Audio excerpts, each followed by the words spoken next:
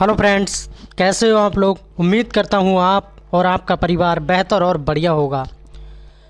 कोई सा भी एग्ज़ाम हो, चाहे वो बीपीएससी का हो, चाहे यूपी सुपर टेट का हो, कोई सा भी हो जहाँ पर हिंदी सब्जेक्ट को मेंशन किया गया है, हिंदी सब्जेक्ट से क्वेश्चन बनते हैं, तो अपना एक अलग रोल होता है हिंदी का, जो कि आपके स्कोर को बहुत आगे ले जा सकता है। बस आपको नॉलेज होना चाहिए, ज्ञान होना चाहिए कि हिंदी को कैसे पढ़ना है और क्या क्या हम लोग गलतियाँ करते हैं।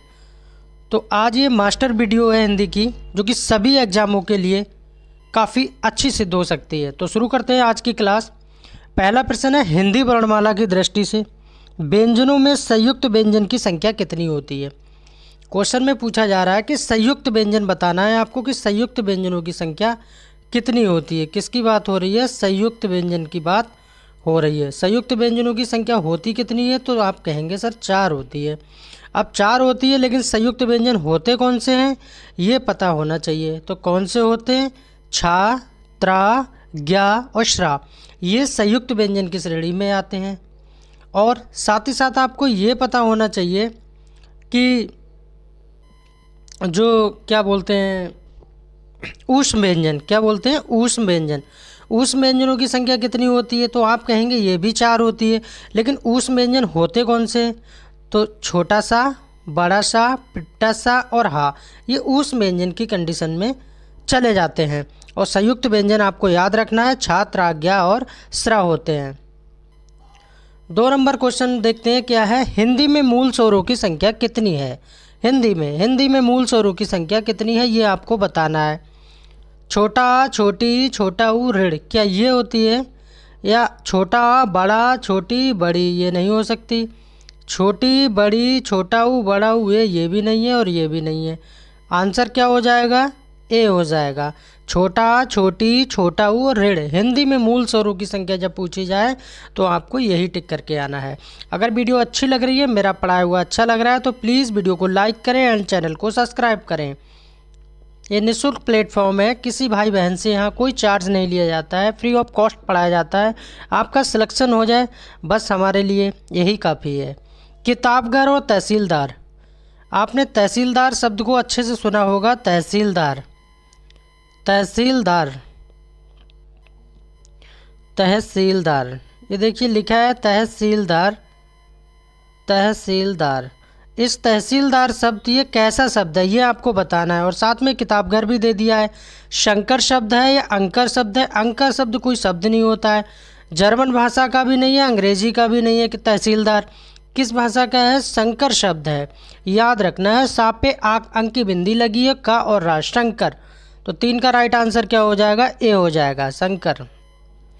4 नंबर क्वेश्चन देख लेते हैं। ये वो क्वेश्चन है जो कि UPSC, PCS, super TET, TGT, PGT और प्राइमरी लेवल, जूनियर लेवल में ये क्वेश्चन पूछे गए हैं। वो क्वेश्चन है जो सबसे ज़्यादा बार रिपीट हुए हिंदी में। बेगम, दरोगा व चाकू किस भाषा के शब्द हैं ये आपको बताना है। दरोगा, दरोगा शब्द देखिए, दरोगा से आपको पता लगता होगा दरोगा। दरोगा, बेगम और चाकू किस भाषा के शब्द हैं? तुर्की, जापानी, जर्मनी और उर्दू। तो किस भाषा के ये शब्द हैं? तुर्की भाषा को टिक करके आना है। दरोगा शब्द किस भाषा का है? तुर्की भाषा का शब्द है। 5 नंबर क्वेश्चन देखते हैं। सदाचार में कौन सा उपसर्ग है? हर वीडियो में मैं उपसर्ग और प्रत्यय के बारे में बताता हूँ ताकि आपके सारे डाउट्स क्लियर हो जाए। उपसर्ग क्या होता है? जो शब्द के पहले लगता है। अब देखिए यहाँ पर क्या लिखा है? सदाचार लिखा है, सदाचार लिखा है। जब इसका हम संधि विच्छेद करेंगे, इसको तोड़ेंगे तो क्या हो जाएगा? सत्य, धन, आचार हो जाएगा सदाचार में। अब देखिए यहाँ पर क्या है, यहाँ देखिए यहाँ क्या है, ये जब भी आ का डंडा लगा होता है तो अब वैसे हिंदी का नियम क्या कहता है, जब आप क्या करेंगे छोटा आ प्लस छोटा आ करेंगे तो क्या बन जाएगा? बड़ा आ बन जाएगा। ऐसे ही मैं अगर आपसे कहूँ कि छोटा आ प्लस बड़ा आ करिए तब क्या बनेगा? तब भी बड़ा आ बनेगा। तो हिंदी के कुछ ये नियम है जो आपको पढ़ना पड़ेंगे, तभी आप आराम से बना पाएंगे। उपसर्ग पूछा है जो शब्द के पहले लगेगा, तो शब्द के पहले क्या लग रहा है? तो सत वाला बिल्कुल ठीक हो जाएगा। इस तरह से आप संधि विच्छेद करेंगे तो सत बिल्कुल सही हो जाएगा। प्रत्यय यानी पीछे, उपसर्ग यानी पहले। ये बात आप समझ चुके होंगे। 6 नंबर क्वेश्चन देखेंगे, छलिया, पठनीय व कहानी में कौन सा प्रत्यय है। मैंने हर टॉपिक से यहाँ पर क्वेश्चन को उठाया है, वो उपसर्ग से था और ये प्रत्यय से है। तो यहाँ पर छलिया, मैंने बताया आपको कि जो शब्द के पीछे लगते हैं वो क्या होते हैं, प्रत्यय होते हैं। जैसे अब यहाँ पर बात कर दी छलिया। अब छलिया में आप देखिए, छलिया, यहाँ छलिया लिखा है। अब छलिया में आप देखिए किसकी मात्रा आ रही है। छलिया में क्या आ रहा है, यहाँ पर क्या आ रहा है, यहाँ पर इया आ रहा है। लास्ट में क्या आ रहा है, इया आ रहा है। तो छलिया से मुझे इया मिल गया। दूसरा देखूंगा पठनीय। अब पठनीय पे ना पे बड़ी की मात्रा लगी है, गौर से देखिए, निये। तो पठनीय, तो बड़ी की मात्रा लगेगी तो छोटी थोड़ी आएगी, तो बड़ी ही आएगी। तो बड़ी इसमें भी नहीं है, इसमें भी नहीं है, इसमें भी नहीं है, सेकंड वाले पे यहीं पर है। तो पहले का क्या हो जाएगा, छलिया में यह हो जाएगा प्रत्यय, पठनीय में ये हो जाएगा। और कहानी में भी देखिए यहाँ क्या आ का डंडा लगा है, हा पे आ का डंडा लगा है, तो आ जाएगा आ, और ना सेम उठा दिया जाएगा आनी। तो इस तरह डी वाला बिल्कुल ठीक हो जाएगा। उम्मीद करता हूँ काफ़ी अच्छे से मैं आपको पढ़ा रहा हूँ। अगर सही लग रहा है मेरा पढ़ाया हुआ तो प्लीज़ वीडियो को लाइक ज़रूर कर दीजिएगा। छलिया, पठनीय व कहानी में कौन सा प्रत्यय है, या ये आनी, ये प्रत्यय है। 7 नंबर क्वेश्चन देखेंगे, निम्नलिखित में से योगरूढ़ शब्द कौन सा होता है। अब योगरूढ़ शब्द के बारे में यहाँ पूछा गया है, विशालकाय, पुष्प, कुमुदनी या पंकज। तो क्या होता है, पंकज होता है, पंकज। पंकज को याद रखना है, पंकज। डी बिल्कुल राइट हो जाएगा। 8 नंबर क्वेश्चन देखते हैं, किसी के सामने डॉट डॉट मेरी आदत नहीं है। अब इन 4 विकल्प जो दिए हैं, इनमें से जो खाली रिक्त स्थान है यहाँ पर भरना है आपको, कि किसी के सामने हाथ फैलाना मेरी आदत नहीं है, क्या ये सही बैठ रहा है। किसी के सामने अंगारों पे पैर रखना, ये तो बिल्कुल ही गलत है। नाको चने चबाना, ये भी नहीं बन रहा है। पत्थर की लकीर, ये भी नहीं बन रहा है। पहला वाला बिल्कुल सही बैठ रहा है, किसी के सामने हाथ फैलाना मेरी आदत नहीं है। ए बिल्कुल 8 का राइट आंसर हो जाएगा। 9 नंबर क्वेश्चन देखेंगे, विचार में एक प्रत्यय लगाने से बना शब्द क्या हो जाएगा। विचार, अब यहाँ उन्होंने एक प्रत्यय लगा दिया, एक कह रहे हैं एक प्रत्यय लगाइए, एक प्रत्यय लगाइए और एक प्रत्यय से एक शब्द बनाइए। तो क्या हो जाएगा, वैचारिक बनेगा। क्या बन जाएगा जाके, वैचारिक। और वैचारिक कौन सा सही है, ये थर्ड वाला, वो डी वाला बिल्कुल ठीक है। वैचारिक ऐसा लिखा जाता है, वैचारिक, वैचारिक। 10 नंबर क्वेश्चन देखेंगे, किस शब्द में उपसर्ग नहीं है। क्वेश्चन में पूछा जा रहा है, नहीं में पूछा जा रहा है कि किस में उपसर्ग नहीं। अपवाद, अब देखिए अपवाद को तोड़ेंगे तो क्या हो जाएगा, अप अलग हो जाएगा और बाद अलग हो जाएगा। उपसर्ग पूछा है, पहले लगता है तो उप तो आ गया। पराजय, पराजय में मैं तोड़ूंगा तो क्या हो जाएगा, परा, और यहाँ पर परा आ जाएगा, परा उपसर्ग आ जाएगा। प्रभाव में भी प्रा आ जाएगा, प्रभाव में क्या आ जाएगा, प्रा उपसर्ग आएगा। ओढ़ना में कोई उपसर्ग नहीं है, जबकि अपवाद, पराजय और प्रभाव तीनों में उपसर्ग हैं, और डी वाला यानी ओढ़ना में कोई भी उपसर्ग नहीं है। 11 नंबर क्वेश्चन देखते हैं, गौरव तुम बैठकर पढ़ो किस प्रकार का वाक्य है। यहाँ आप पढ़ के देखिए, खुद से रिलेट करके देखिए कि गौरव तुम बैठकर पढ़ो। गौरव को कोई बता रहा है, गौरव तुम बैठकर पढ़ो, तो निषेधवाचक वाक्य है, विधानवाचक वाक्य है, प्रश्नवाचक वाक्य है। तो ये जो वाक्य है वो आज्ञावाचक की श्रेणी में चला जाएगा, कि किसी की आज्ञा की मानी जा रही है, किसी की बात कही जा रही है कि गौरव तुम बैठ के पढ़ो, लेट के पढ़ो, उठ के पढ़ो, कोई बता रहा है ना। तो किस में चला जाएगा, आज्ञावाचक की श्रेणी में चला जाएगा। 12 नंबर क्वेश्चन देखेंगे, व्याकरण की दृष्टि से भाषा की सबसे बड़ी इकाई क्या है। सबसे बड़ी इकाई पूछी है यहाँ पर, सबसे बड़ी इकाई क्या हो जाएगी, वर्ण, वाक्य या स्वर या व्यंजन। तो 12 का राइट आंसर क्या हो जाएगा, वाक्य हो जाएगा। क्या हो जाएगा, वाक्य हो जाएगा। 13 नंबर क्वेश्चन देखेंगे, अर्जुन ने कर्ण को मारा में उद्देश्य की पहचान करें।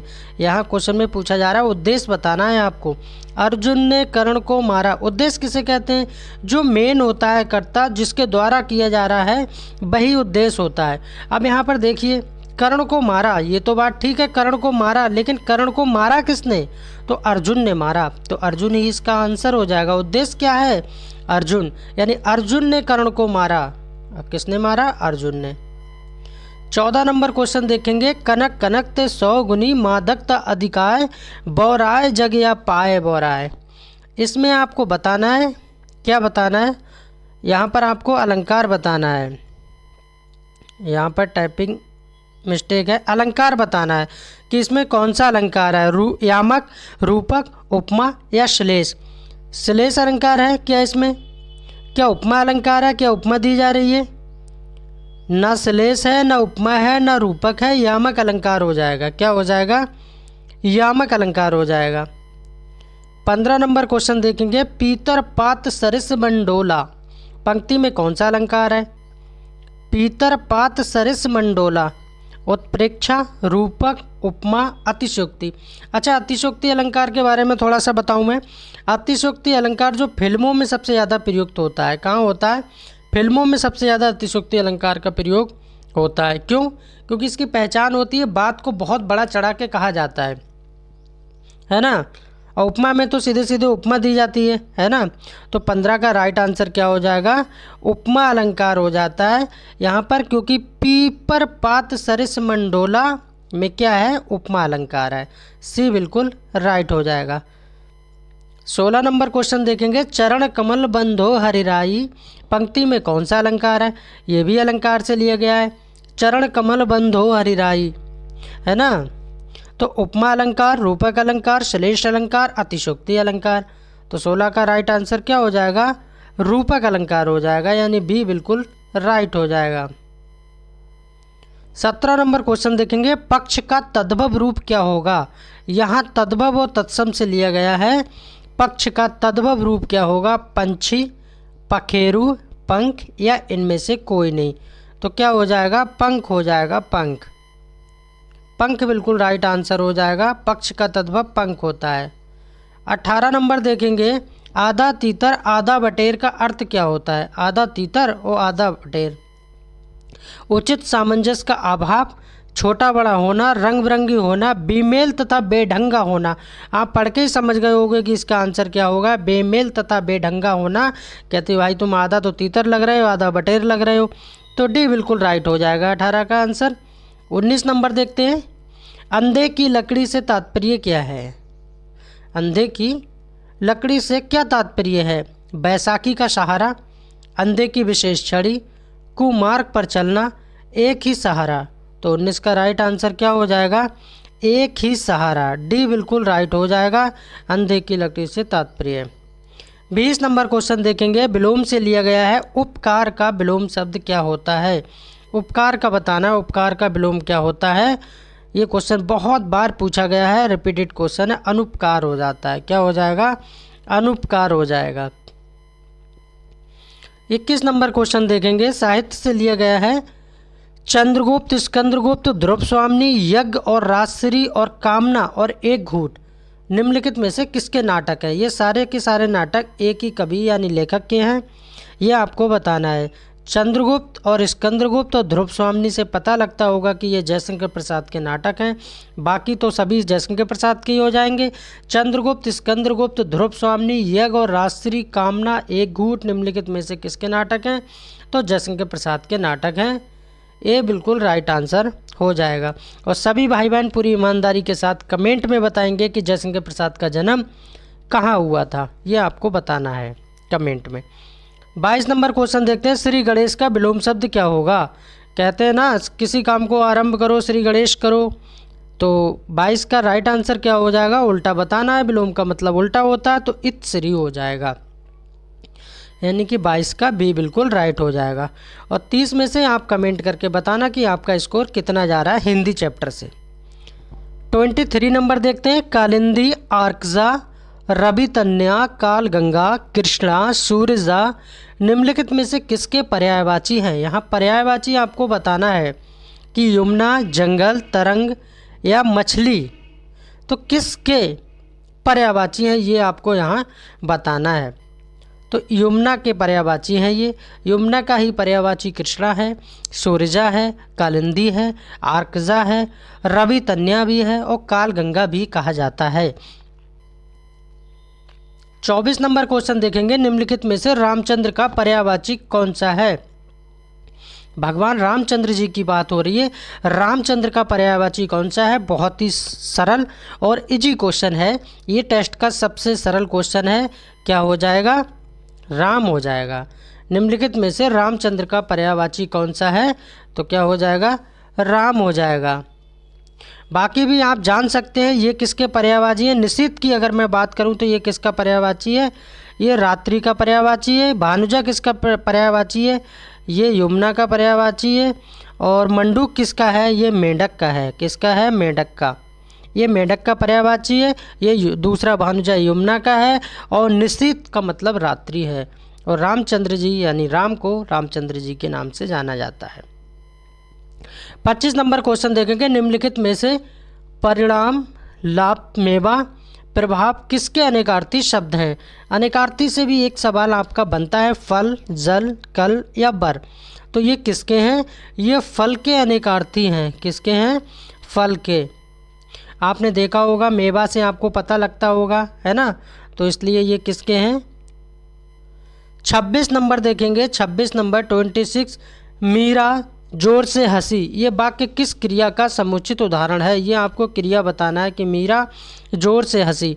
अकर्मक क्रिया जिसमें कोई कर्म ना हो वो कैसी क्रिया है? अकर्मक है।